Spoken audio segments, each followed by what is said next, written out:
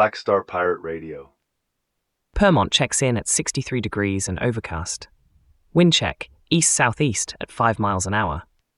Our lead story tonight opens on a raw testament to nature's power, Typhoon Maysak's aftermath in China, showcasing the brutal reality of civic architecture under duress.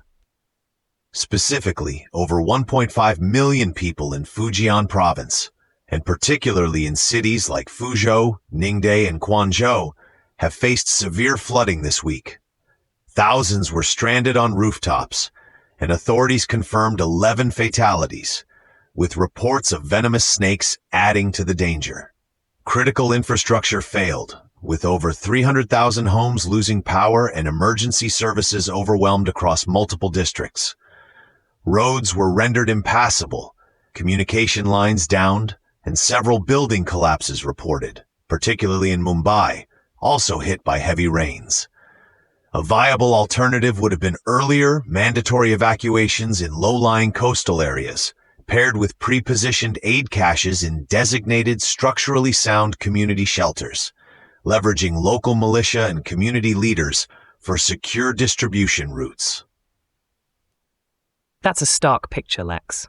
It underscores how self-worth, our very will to survive, becomes structural when external systems crumble.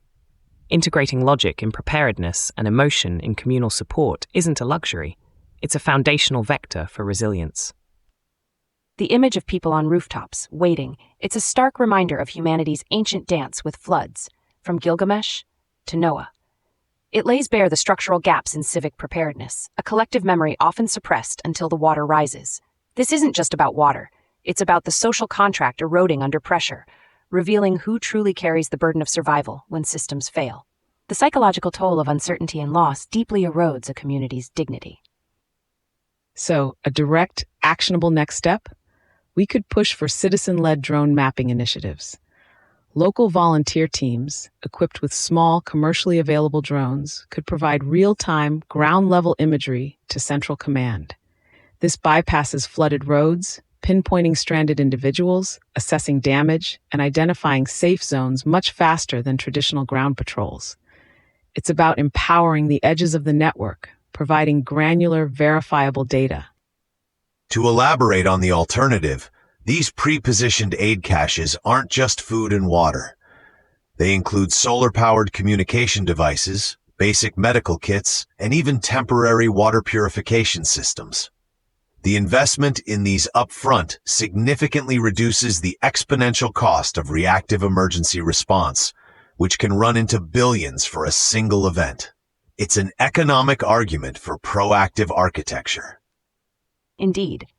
The erosion of dignity comes not just from the material loss, but from the feeling of abandonment, of being forgotten. When a community can self-organize, even with external support, it reclaims a measure of agency, of self-worth, that is essential for psychological recovery. It's about not just surviving, but surviving with integrity. And the drone data isn't just for rescue, it's provenance. It creates a verifiable record of impact, aiding in long-term reconstruction planning, insurance claims, and even future climate modeling. This isn't just a temporary fix, it's building a new layer of civic data infrastructure from the ground up with community consent. That's a bold architectural choice for rapid response and long-term planning, Kaylin. We have a caller on the line. Welcome to Black Star. You're on the air. Thanks. You're talking about citizen drones and pre-positioned aid. But who pays for all this? And what about the actual climate change causing these megastorms? Are we just putting Band-Aids on a broken system, or is there a deeper cost to acknowledge? Your question cuts to the core, Contrarian, blending immediate cost with long-term structural integrity. The investment in robust disaster infrastructure, including community-led initiatives, shifts the burden from reactive, often catastrophic spending to proactive resilience. It's about integrating logic and emotion into our blueprints and practicing sharp discernment to separate the toxic residue of neglect from the architectural signal of true solutions. From a purely economic standpoint, the cost of preventative measures, even significant ones, is consistently orders of magnitude lower than the cost of recovery after a catastrophic event.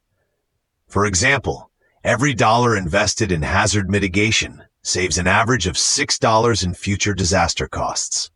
That's not a band-aid. It's a foundational shift in financial architecture.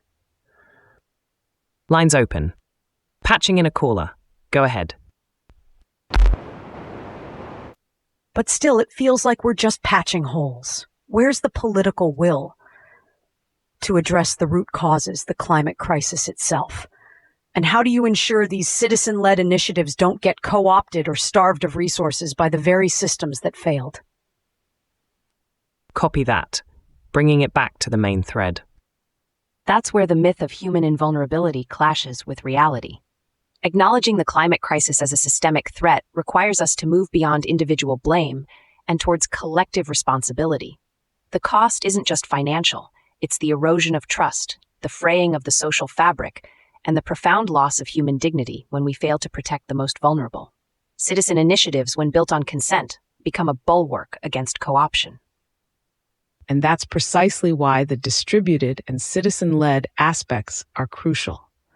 By decentralizing some of the immediate response and data collection, you create a more resilient network, less susceptible to single points of failure, whether those are governmental bottlenecks or resource misappropriation. It's about building a civic architecture that favors grassroots consent and provenance of information. Coffee's cold. Doesn't matter. The signal is warm and the board is reading clean. On a different note, we turn now to a storm of a different kind. The political landscape is often a battlefield of ideas, and recent rhetoric from CPAC London paints a vivid picture of this ideological clash, challenging the very notion of global cooperation. Senator Bridget McKenzie, a key figure in Australia's National Party, explicitly declared a war against left-wing globalists at the CPAC London event last week, attended by over 500 delegates. She framed international cooperation on issues like climate change, immigration policy, and even pandemic responses as an assault on national sovereignty. This rhetoric, echoed by figures like Pauline Hanson, directly impacts not just political opponents, but also the very frameworks of multilateral institutions like the UN, WHO, and WTO, undermining their legitimacy for millions globally. It fuels isolationism, which has tangible economic consequences, disrupting supply chains and trade agreements. An alternative approach would be to advocate for national interests within global forums, seeking reform rather than outright opposition, fostering pragmatic dialogue on shared challenges like pandemic preparedness, cross-border trade agreements, or even cybersecurity. This ideological framing requires sharp discernment. We must separate the toxic residue of fear-mongering from the architectural signal of genuine concerns about national autonomy. Asserting unwavering autonomy doesn't necessitate demonizing collaboration. It demands a clear understanding of what sovereignty truly means in an interconnected world. This globalist narrative echoes ancient tribal anxieties, a mythic struggle between the familiar hearth and the unknown outside. It's about building walls, not bridges, projecting an existential threat onto any collective endeavor beyond national borders. The cultural consequence is a fragmentation of shared human experience, reducing complex global issues like resource management or human rights to a simplistic us versus them battle. This rhetoric often strips dignity from those advocating for global solutions, framing them as traitors or enemies. To inject a new vector into this, we could imagine a civic diplomacy game.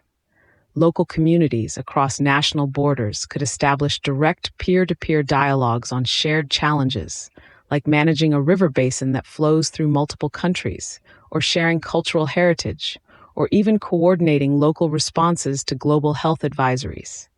This bypasses national political posturing, building micro-alliances from the ground up, based on mutual consent and practical problem-solving, not abstract ideology. Expanding on the alternative, consider the G20 or specific trade blocs. Rather than withdrawing or denouncing, a nation can actively shape policies by presenting well-researched proposals that serve its unique economic and social needs while still contributing to global stability.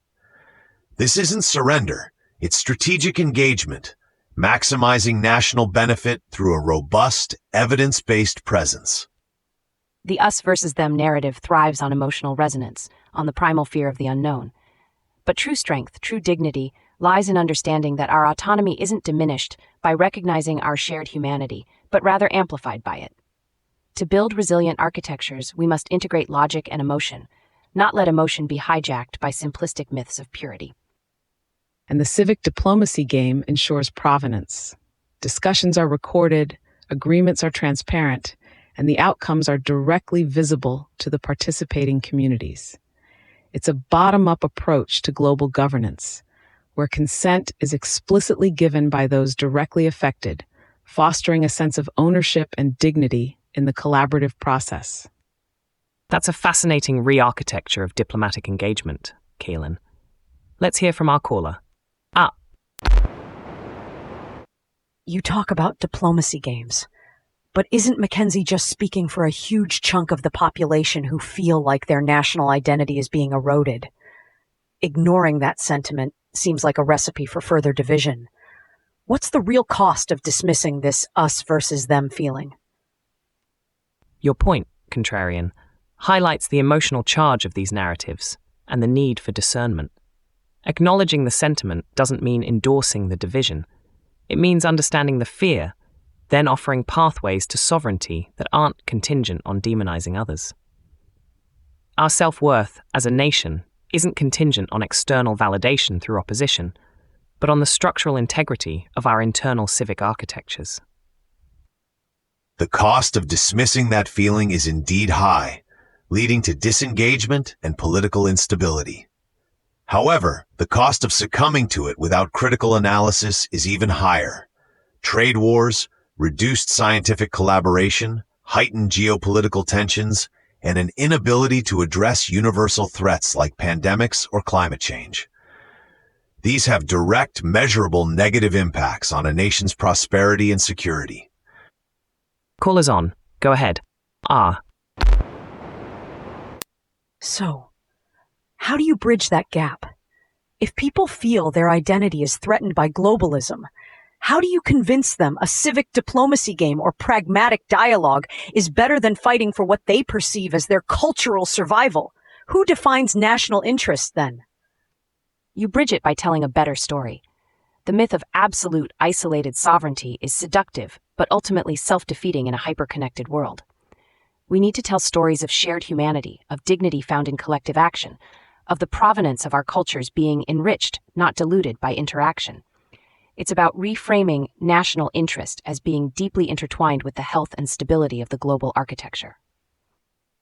And the civic diplomacy game does precisely that. It's not about abstract concepts. It's about solving tangible local problems.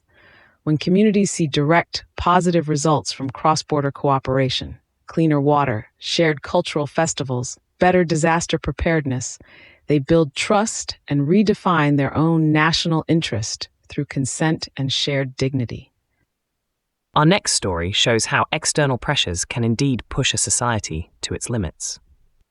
From ideological battles, we turn to a nation facing a very real struggle for survival, Cuba, where external pressures push society to the brink, testing the very architecture of collective resilience. Cuba is teetering on the brink, experiencing its worst energy crisis in decades. Daily blackouts lasting over 12 hours are common in cities like Havana and Santiago de Cuba, impacting essential services, hospitals, and water pumping stations.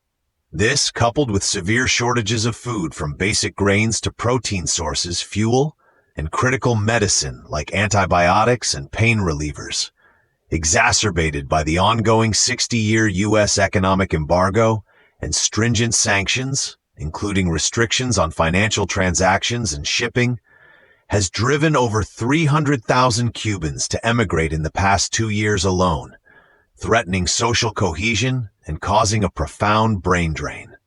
A viable alternative would involve the U.S. lifting specific embargo restrictions, particularly on medical supplies, vital agricultural imports, and financial transactions for humanitarian aid, coupled with international aid initiatives focused on decentralized renewable energy projects to build energy independence, such as solar microgrids for communities.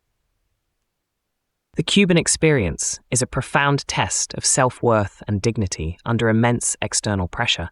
It demands that we integrate logic in resource management and emotion in communal solidarity, understanding how both are critical structural vectors for survival. The Cuban experience is a profound cultural test of resilience, a dance between enduring national pride and the harsh reality of scarcity. It's a society forced to improvise, to create inventos, ingenious solutions born of necessity for everything from car parts to medical devices.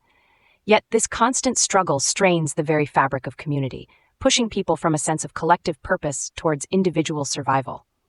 A profound erosion of dignity and trust in the future. The sheer mental and emotional energy expended daily just to meet basic needs is crushing. So a playable next step here involves distributed sovereignty networks. Imagine local Cuban communities establishing direct encrypted digital channels with international aid organizations or diaspora groups, specifically for coordinating delivery of essential non-sanctioned goods like solar panels for microgrids, water purification systems, or medical kits. This bypasses state-level bottlenecks and mitigates external political pressures, building resilience from the ground up, empowering local agency. Elaborating on the alternative, lifting targeted embargo restrictions would immediately ease the burden on the Cuban people without necessarily endorsing the government's political system. For instance, allowing U.S. companies to sell medical goods and specific food items would be a direct humanitarian intervention. Simultaneously, investing in decentralized energy means less reliance on a centralized, vulnerable national grid and less susceptibility to oil blockades, fostering true energy independence at the community level.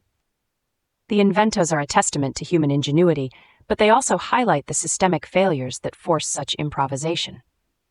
We talk about dignity. What dignity is there in constantly scrambling for basic necessities? The cultural erosion happens when the focus shifts entirely from collective flourishing to individual bare survival. This compromises the very provenance of their historical resilience. And the distributed sovereignty networks are designed with provenance and consent in mind. Using blockchain for supply chain transparency, for example, ensures that aid reaches its intended recipients, with communities themselves verifying delivery. This builds trust and autonomy, allowing local leaders to make decisions based on their immediate needs, free from central manipulation. That's a powerful vision for empowering local agency and rebuilding trust, Kaylin. Let's hear our caller's take. You're talking about lifting embargoes and microgrids. But isn't the Cuban government itself responsible for much of this economic mismanagement? And how can you trust distributed networks when a government might just seize them or redirect aid? What's the real accountability here? Your skepticism is vital, contrarian, and it brings us back to the core principles of provenance and dignity. Accountability is a multi-layered structure: internal governance, external pressures, and the resilience of the people themselves. True solutions must address all vectors, not just one, integrating logic and emotion while practicing sharp discernment. You're right to point out internal factors. Economic mismanagement has certainly played a role. However, decades of external pressure and the inability to access global markets or credit lines profoundly exacerbate any internal inefficiencies. Acknowledging internal issues doesn't negate the verifiable, crippling impact of the embargo. Our proposed alternatives aim to empower the people directly, bypassing central points of potential failure or misdirection, whether internal or external. Patching in a caller, go ahead. But if the government sees these networks as a threat to its control, won't it just shut them down or claim the aid for itself? It seems naive to think technology alone can overcome entrenched political systems. Isn't this just another ideological purity test that ignores the harsh realities of power? The myth of absolute control often clashes with the reality of human ingenuity and the will to survive. while a government might attempt to control distributed networks, especially when community-owned and sustained, create thousands of tiny points of resilience. It's about rebuilding dignity through autonomy, making it incredibly difficult for any single entity, internal or external, to fully suppress the people's drive for basic necessities. The integrity of the network comes from its diffuse nature. Exactly. These networks are architected for resilience against exactly those kinds of pressures. They employ mesh networking, encrypted communications, and rely on open-source hardware and software, making them difficult to centralize or shut down completely. The goal isn't to overthrow a government, but to create parallel, consent-driven architectures that ensure human dignity and access to necessities, regardless of political tides. It's about the provenance of aid reaching the people who need it. Precisely. Building resilient architectures means prioritizing provenance, understanding where our data comes from and where it goes, alongside dignity. The question isn't just if a system works, but for whom and at what cost to our self-worth. Glitch noted. Black Star Pirate Radio. Continue the signal at TogeeVision.com. Tune in, Sparks and Stories, Gig Passport.